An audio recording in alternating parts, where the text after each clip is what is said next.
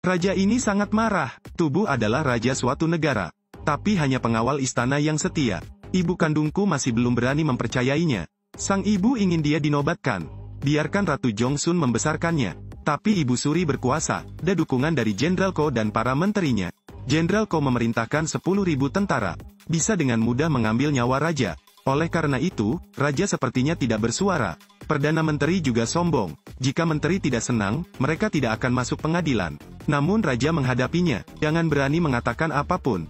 Karena kekuasaan di pengadilan sangat kuat.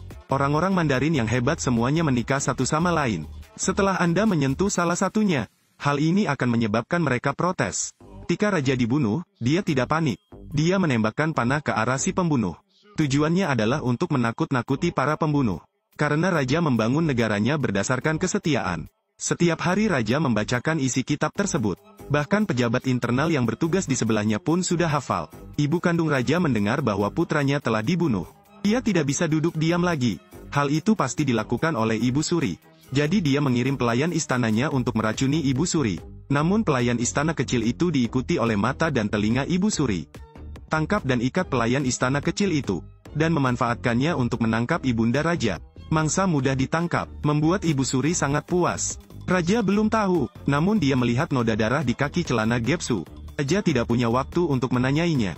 Kemudian Gepsu kembali ke kamar. Segera ganti pakaian yang terkena noda darah. Tapi selembar kertas merah terjatuh. Di kertas itu tertulis dengan jelas untuk membunuh raja malam ini. Saat ini, pengawal raja bergegas masuk. Gepsu mengambil kertas itu dan memasukkannya ke dalam mulutnya. Anak laki-laki ini sedang menggigit tongkat kayu. Baru saja terdengar bunyi gedebuk. Anak laki-laki itu menjadi seorang kasim. Kemudian dia dibawa untuk melayani sang pangeran. Hingga ia mendapat instruksi untuk membunuh raja. Di istana, banyak pembunuh muncul. Seperti pelayan di sebelah Ibu Suri. Mereka dilatih dari fasilitas pelatihan pembunuh. Anak-anak yang tidak diketahui asal-usulnya. Tubuh ditandai secara berurutan. Tapi Gepsu dan Elsu sangat dekat. Mereka saling menyebutkan nama dan berjanji untuk bertemu lagi. Jalani pelatihan yang ketat. Para pembunuh yang sedang makan nasi juga membunuh sasarannya. Lalu dengan tenang makan lagi. Tapi pembunuh tidak mengikuti instruksi.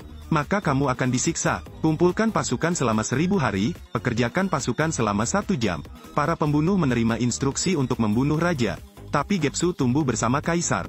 Ia melihat bahwa raja adalah orang yang bijaksana. Ia memutuskan untuk tidak membunuh raja. Jenderal Kasim sangat khawatir saat mengetahuinya. Dia ingin membunuh orang. Namun usia lanjut bukanlah tandingan Gepsu. Jadi dia dibunuh oleh Gepsu. Gepsu ingin merahasiakan ini. Namun noda darah itu ditemukan oleh raja. Sementara Gepsu sedang berganti pakaian, raja mengirim penjaga ke dalam, menemukan instruksi untuk membunuh raja padanya. Gepsu menelan selembar kertas itu, namun pingsan oleh pemimpinnya. Dia kemudian diikat di kursi. Namun Gepsu mengatakan ingin bertemu dengan raja.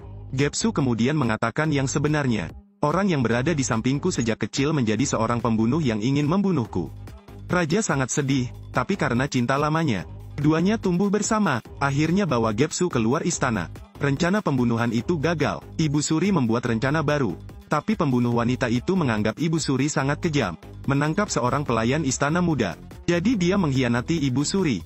Pembantu istana menuliskan rencana Ibu Suri untuk membunuh raja di pakaiannya. Manfaatkan kesempatan ini untuk mempersembahkan pakaian kepada raja. Raja akan mengetahui segalanya. Benar saja, pemimpin itu melihat kata-kata di pakaiannya. Ibu Suri begitu berani hingga ingin merebut tahta. Raja tidak menerimanya lagi. Orang-orang mengikuti penjaga militer mereka. Temukan Jenderal Ko yang memiliki 1 juta tentara. Ingin meyakinkan dia untuk memihakku. Raja sudah tidak sabar lagi. Dia membawa pasukan pengawalnya, pergi ke Jenderal Ko untuk meyakinkan dia. Jenderal Ko mengirim tentara untuk menyambutnya. Namun raja dipenggal dan dibunuh.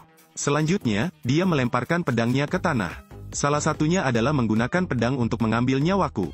Kedua, jadilah pedangku. Ideologi raja efektif. Beberapa kalimat saja sudah membuat Jenderal Ko santai. Setelah raja kembali ke istana, tim penjaga militer telah diatur di atap. Kemudian dia duduk dan mengira si pembunuh akan datang. Pada tengah malam, jam ketiga, si pembunuh muncul. Pembunuh yang tak terhitung jumlahnya menyerbu masuk. Raja memerintahkan para pembunuh untuk ditembak jatuh. Tapi saat itu hujan sehingga bubuk mesiu menjadi basah. Pengawal istana harus menggunakan busur dan anak panah. Raja juga secara pribadi pergi berperang. Setiap tembakan anak panah sangat akurat. Kalahkan beberapa orang secara terus-menerus. Raja dengan cepat menghindari anak panah itu. Ketika raja dan pemimpinnya tetap tinggal, Kedua orang itu saling berhadapan, dan si pembunuh adalah sahabat Gepsu. Gepsu telah mendapatkan daftar pembunuh. Dia berlari ke istana. Raja yang baik hati tidak mau mengambil tindakan, tapi dia memaksa raja sampai mati. Gepsu segera menyerbu masuk dan menggunakan pistolnya untuk menembak Engsu, bahkan menyelamatkan raja sebilah pisau. Gepsu menemukan bahwa orang yang menebasnya adalah Elsu. Saya tidak menyangka akan bertemu lagi dalam situasi ini. Gepsu memberikan daftar pembunuh kepada raja. Tapi ini belum berakhir. Raja mengeluarkan surat darah yang ditinggalkan raja. Ayo cari Ibu Suri untuk bernegosiasi. Tahun itu, Kaisar Air membunuh Kaisar. Jika surat darah diterbitkan, Ibu Suri akan dibuang ke 9 klan. Pada titik ini, Ibu Suri mengaku kalah.